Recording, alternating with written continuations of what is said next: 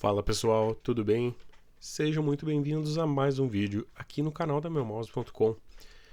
Depois de algum tempo sem vídeos no canal, estou trazendo para vocês aqui uma atualização do nosso plugin Flexify Checkout para o e-commerce na versão 3.5.0. Essa atualização saiu hoje, na data do dia 14 de junho de 2024, e trouxe vários recursos e correções importantes. E eu vou aproveitar esse momento para gravar de volta o vídeo apresentando o nosso produto com vários recursos que foram atualizados em versões passadas e que ainda não haviam sido mencionados aqui no nosso canal, tá? Então, vou estar fazendo uma visão geral do nosso produto de volta, tá? Então, muito bem. Com o nosso plugin aqui atualizado, eu estou usando a versão Pro. Na versão 3.0.0 foi incluído a possibilidade de usar o nosso produto, nosso plugin, né, de forma gratuita, com os recursos básicos, né? Mas para você que usa, por exemplo, o checkout padrão do e-commerce e deseja utilizar o nosso produto, você pode estar utilizando, tá? Com a forma gratuita dele, você tem já o nosso ambiente todo do checkout aqui otimizado e com os recursos básicos, ainda assim, é melhor do que o padrão do WordPress, tá? Então você pode estar utilizando gratuitamente. Assim como se você quiser testar o nosso produto por 7 dias grátis, você pode gerar uma licença demonstrativa em nosso site, tá? E utilizar no plugin, que você gera a licença no nosso site, os links vão estar na descrição e você instala aqui no plugin, ok? Então, sem mais delongas, vamos para os recursos que foram implementados, tá? Então, na última atualização, a gente teve alguns recursos bem interessantes. Um recurso que foi solicitado por muitos clientes foi a possibilidade de ativar ou desativar a verificação de força da senha de usuário, né? Então, para um usuário que não tem uma conta ainda no site e está fazendo a sua compra pela primeira vez, inclusive deixa eu abrir aqui numa guia anônima para exibir.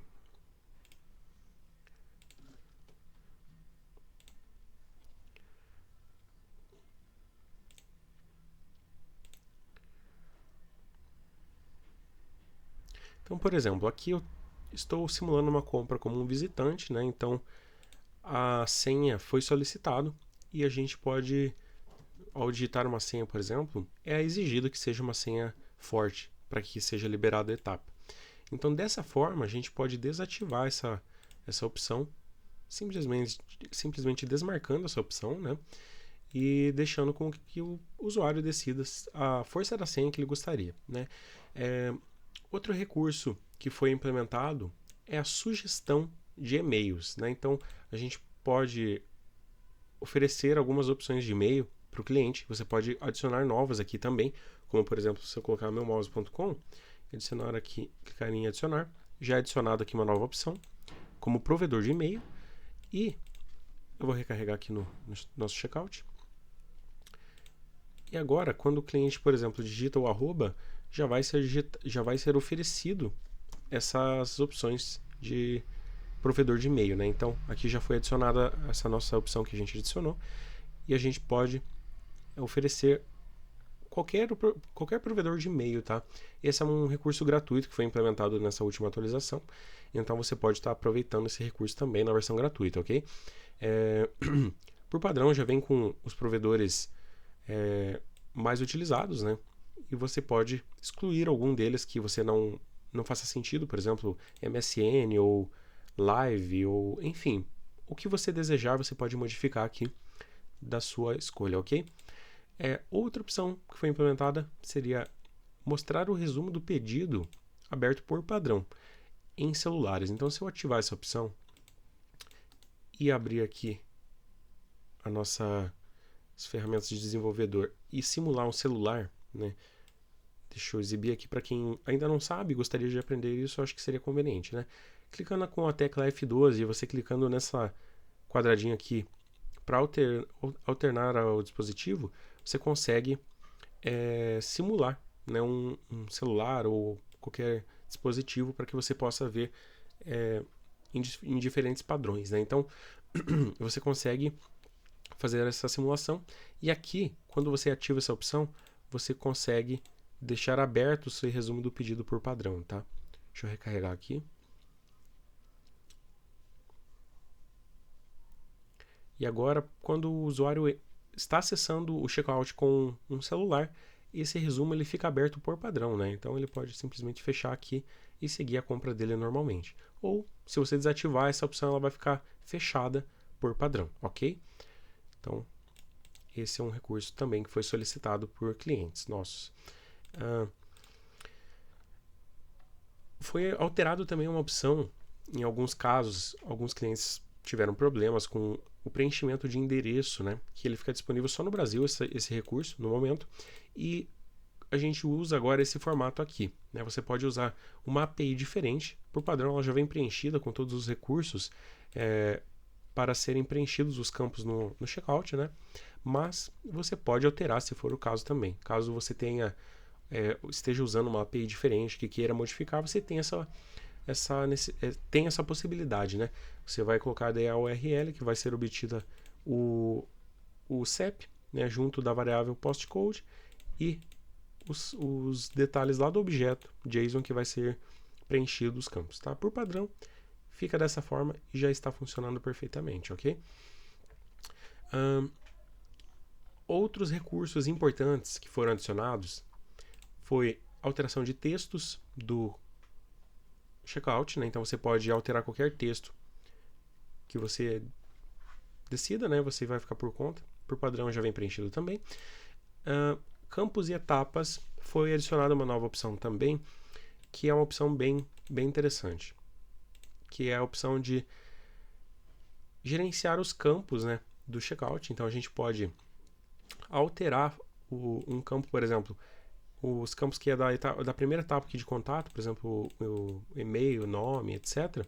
A gente pode mover esse campo para a etapa de entrega, por exemplo. Ou, ao contrário, pegar um campo da etapa de entrega e jogar aqui na etapa de contato, tá? Essa opção é bem útil, por exemplo, para sites que vendem para diversos países, né? E, por exemplo, o nosso site mesmo, a gente tem essa opção como o país sendo o primeiro campo, né? E nele a gente define um país padrão também, né? Por exemplo, Brasil.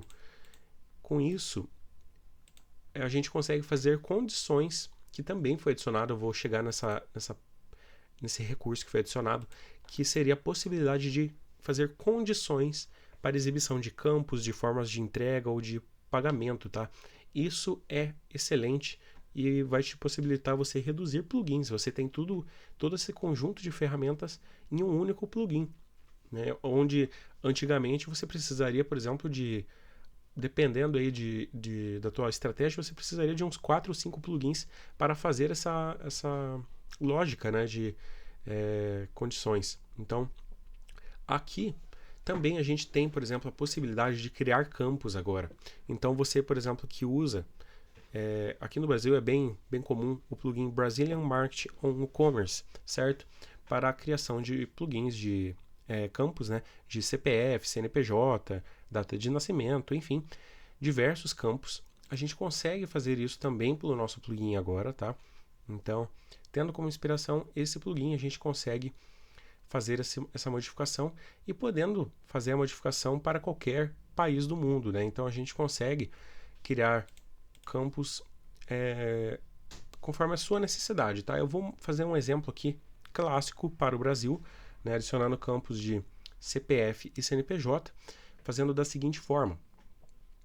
Ao você abrir aqui a opção de adicionar novos campos, temos alguns detalhes a serem considerados, tá? Por padrão, a gente vai seguir o padrão que é usado no plugin Brazilian Market on Commerce, né?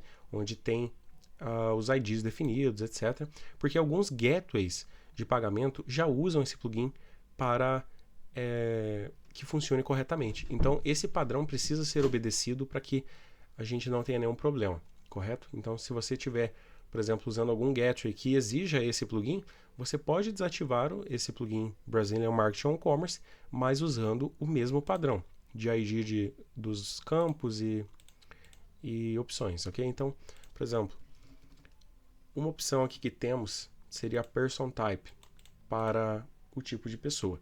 Então, eu adiciono aqui no nome e ID do campo, então ficaria billing underline person type. esse é um campo de lista suspensa, e dentro dele, lista suspensa porque ficaria nesse formato aqui, de opções, né? E a gente coloca as seguintes condições. Como valor 1, o campo de pessoa física, eu vou colocar entre parênteses aqui também CPF, para facilitar o entendimento. Valor 2, como pessoa jurídica.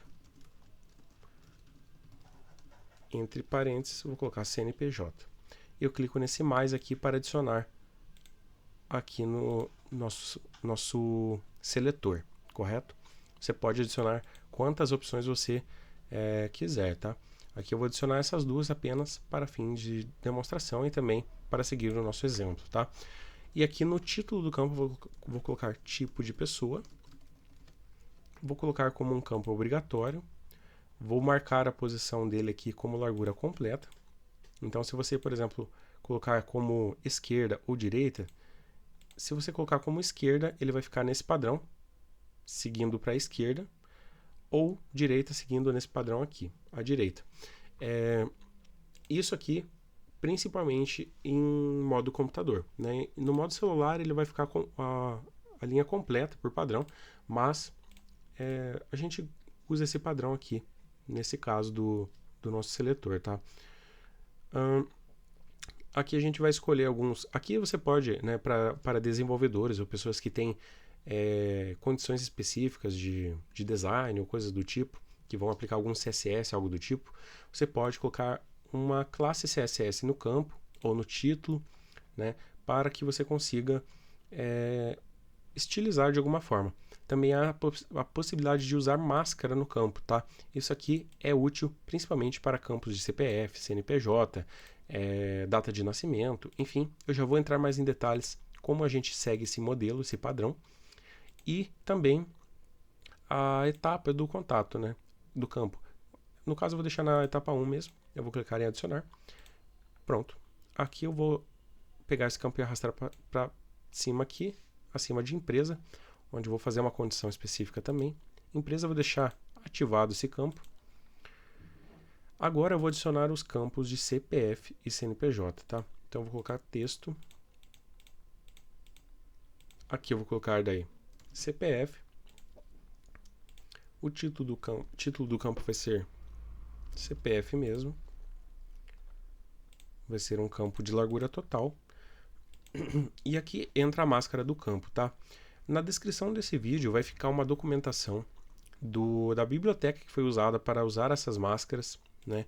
Que a gente pode daí fazer da forma que desejar, mas aqui eu vou seguir o padrão que a gente tem definido, que seria para CPF, né? Seria 3 zeros, 1 ponto, 3 zeros, 1 ponto, 3 zeros, 1 traço, 2 zeros, tá?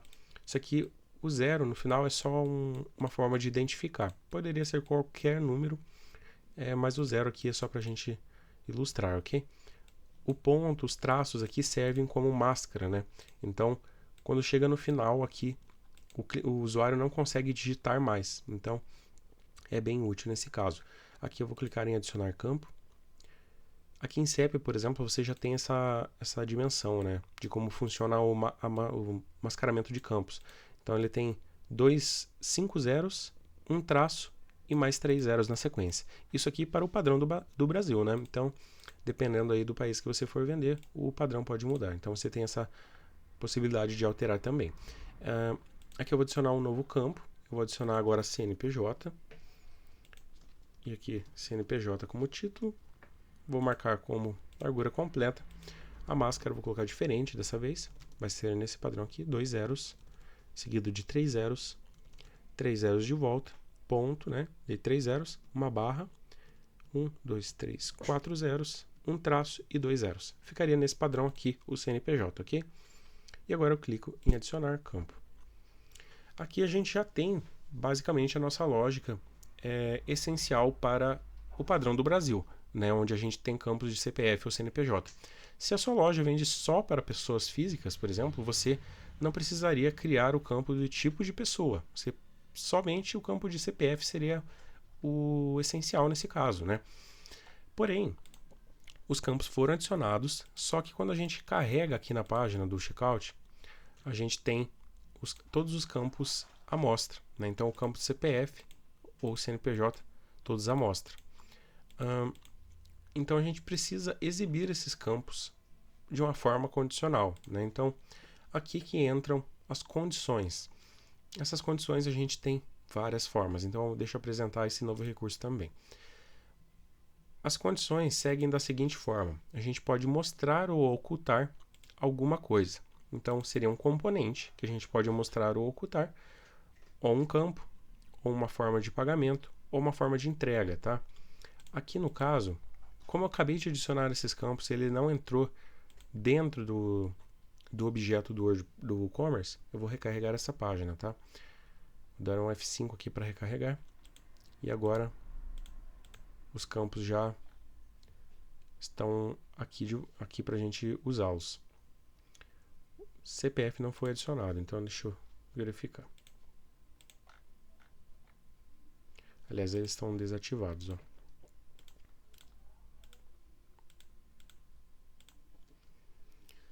Ativei eles, vou só recarregar aqui.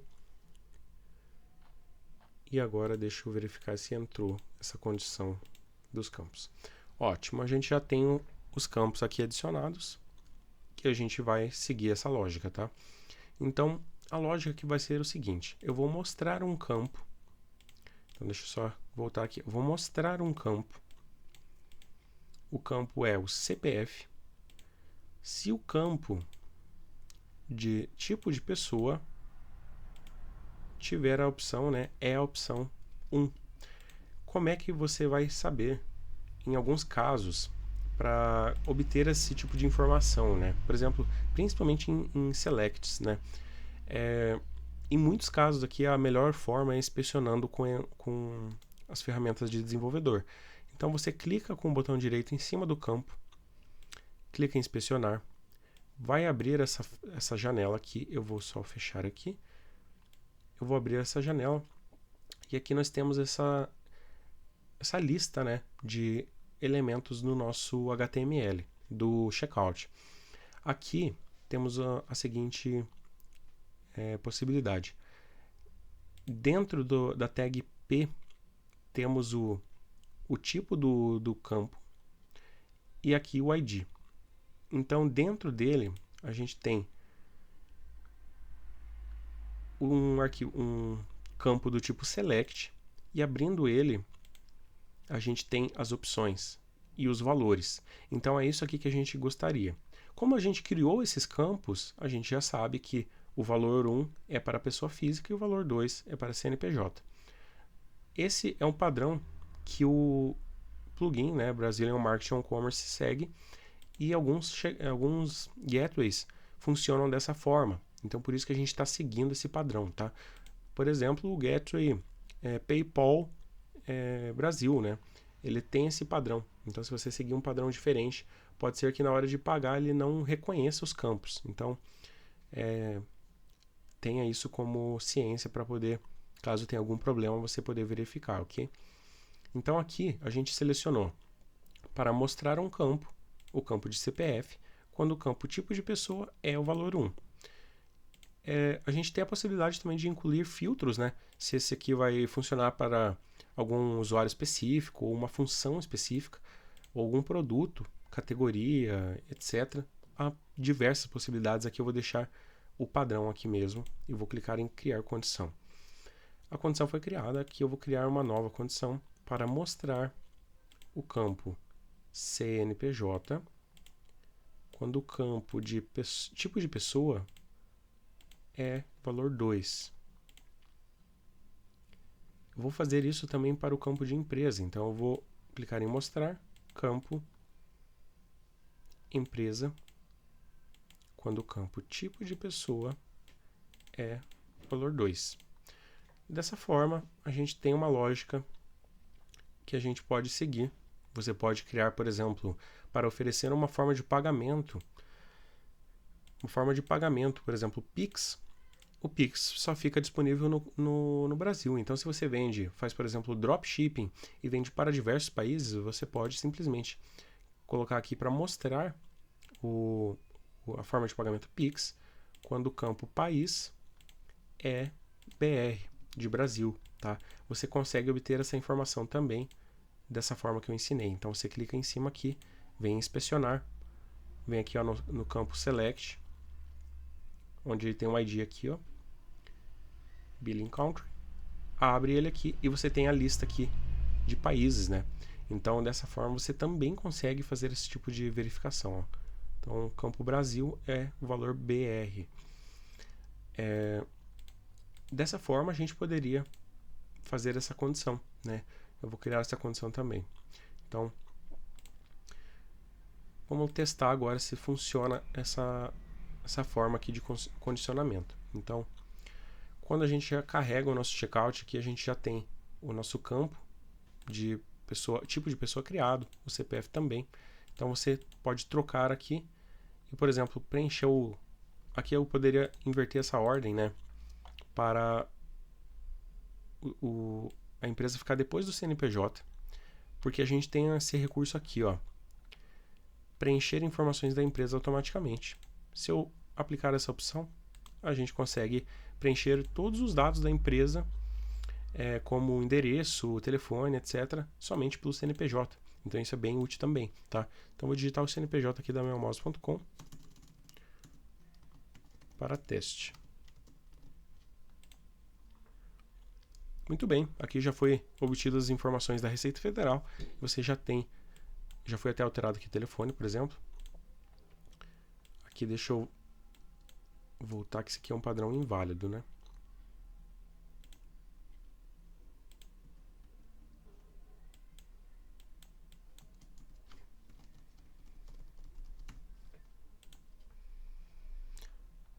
Muito bem, aqui já foi preenchido os campos de endereço também. E a gente já pode seguir para a finalização, né, o pagamento. Então aqui o Pix está disponível porque o campo de país é o Brasil. Então se eu alterar, por exemplo, para um outro país, aqui a gente já tem a bandeira também diferente.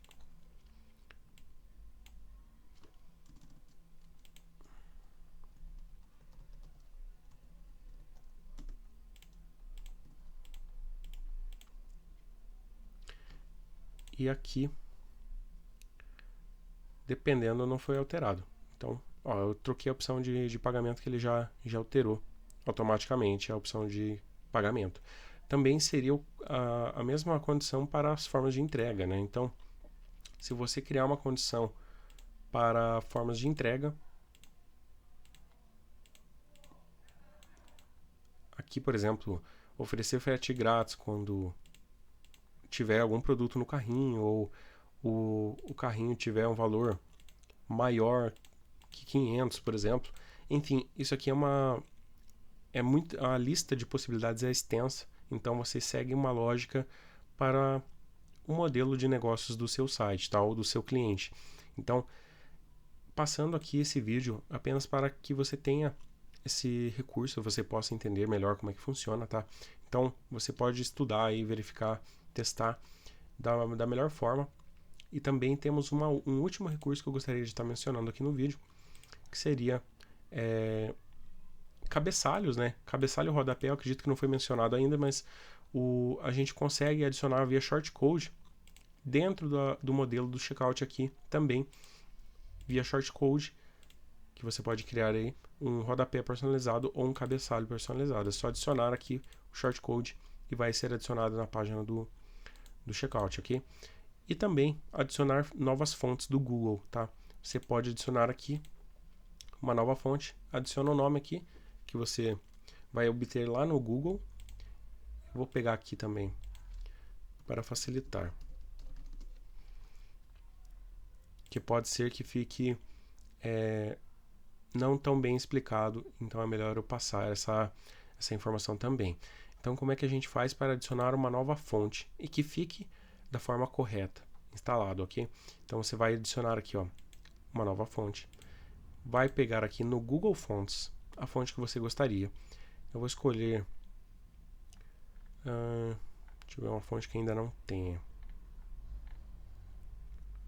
Oswald. Vamos ver se essa fonte tem. essa fonte ainda não tem. Então, eu vou pegar essa aqui, ó, Oswald.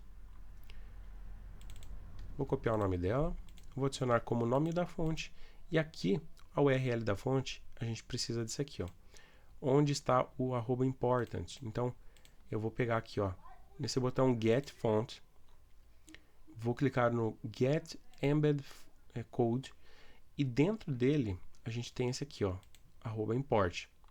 Então, dentro dele, a gente tem essa URL aqui, ó. É ela que a gente precisa copiar, ok? Então, perceba que tem um URL, abre parênteses, tem uma aspa simples, e aqui também, ó, aspa simples, fecha parênteses. Dentro das aspas, a gente copia esse link e cola aqui dentro. É nesse formato que precisa seguir, senão não vai funcionar, tá? Feito isso, você clica em adicionar fonte. Com isso, a fonte foi adicionada aqui. Alterando ela para essa nova Oswald, vamos recarregar aqui no checkout. Acredito que não teve muitas mudanças porque a fonte é similar, né? Mas você pode alterar para o padrão que você desejar de fonte. E dessa forma você tem esse recurso também para adicionar. É basicamente isso, pessoal. Espero de verdade que tenha ficado claro todo esse tutorial aqui. Talvez tenha ficado um pouco extenso o vídeo, mas serve aqui para que você tenha possa entender completamente os novos recursos que a gente tem do nosso checkout, tá? E possa fazer a melhor lógica e condição para a sua loja e você tenha o melhor desempenho usando o menos plugin possível, né? Esse é o objetivo que a gente almeja, ter o máximo de recursos com o máximo de desempenho e que você consiga obter sucesso com tudo isso. E é com isso que eu encerro o nosso vídeo e eu peço para você deixar o like aqui no nosso vídeo se você gostou, se inscrever no nosso canal.